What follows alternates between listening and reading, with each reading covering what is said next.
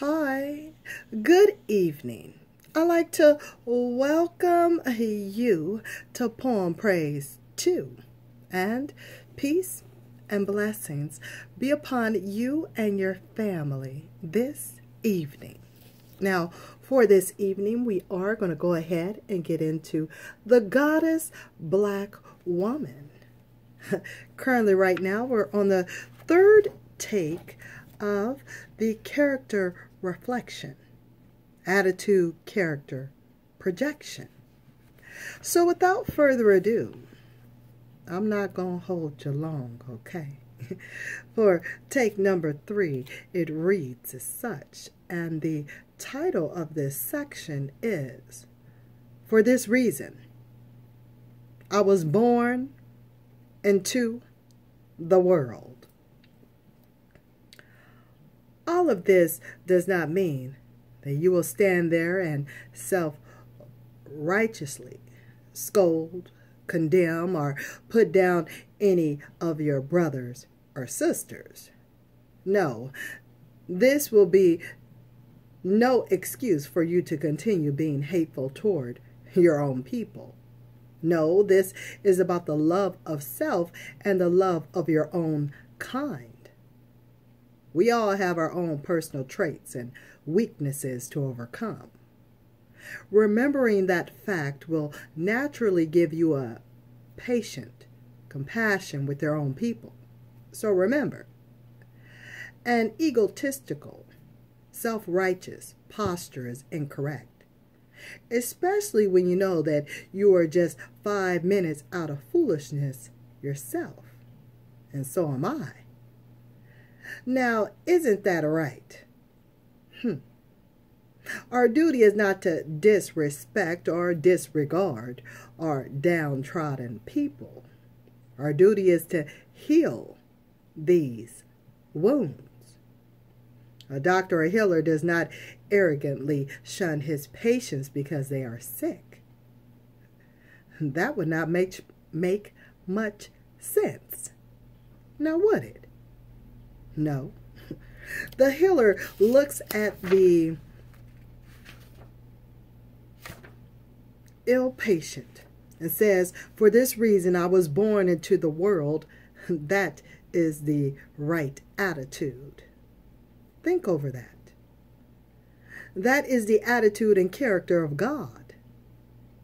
The bottom line lesson here only means that you should always be striving to have your own self together to such a high and righteous moral degree that you will not even have to say a word.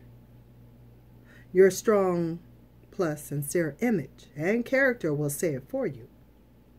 Remember that a picture is worth 1,000 words. The projection of the righteously divine attitude and character will speak volumes for you wherever you go. The prostitute should not even be able to see you without automatically reflecting on the condition of her own lifestyle. The crack addict should see your righteous black image in their conscience every time that they even just think of lighting up that pipe. The thief should drop their head in shame every time you are in their presence. Also, any type of aggressive evil should feel highly uncomfortable around you. The devil should either be trying to kiss your feet or scurry away from around you. You should fear no evil. Evil should fear the light of the God coming from you. Two opposing opposites cannot occupy the same place at the same time. One has to give way to the other. Now, who is going to give way? The ignorant should desire to know after meeting you. The foolish should be inspired to seek wisdom after meeting you. The hopeless should have hope after meeting with the God in you. And the insecure should rest in the security of the assured mind after meeting you. They'll know everything is going to be all right. Yes, for this reason, you were born into the world. The atmosphere of God is the next section. You probably project a divine attitude and character. Can inspire and stimulate all of these things in other people as well as your own self. A divine attitude and character can produce profound effects. Question: how does attitude and character do all of these things? Answer: to know exactly how attitude and character has such a profound effect, you must know exactly what an attitude and character is. Question: exactly what is an attitude and character? Answer: a positive or negative attitude is a particular rhythm or pattern of positive or negative thought. Turning over and over in your brain, this internal revolving pattern of thought produces and projects your character outward.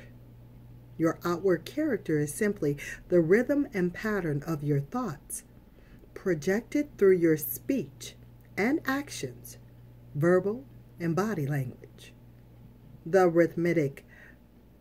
rhythmical pattern of thoughts revolving in your brain actually produce an electrical charge that overtakes your atmosphere or atoms in your spherical domain.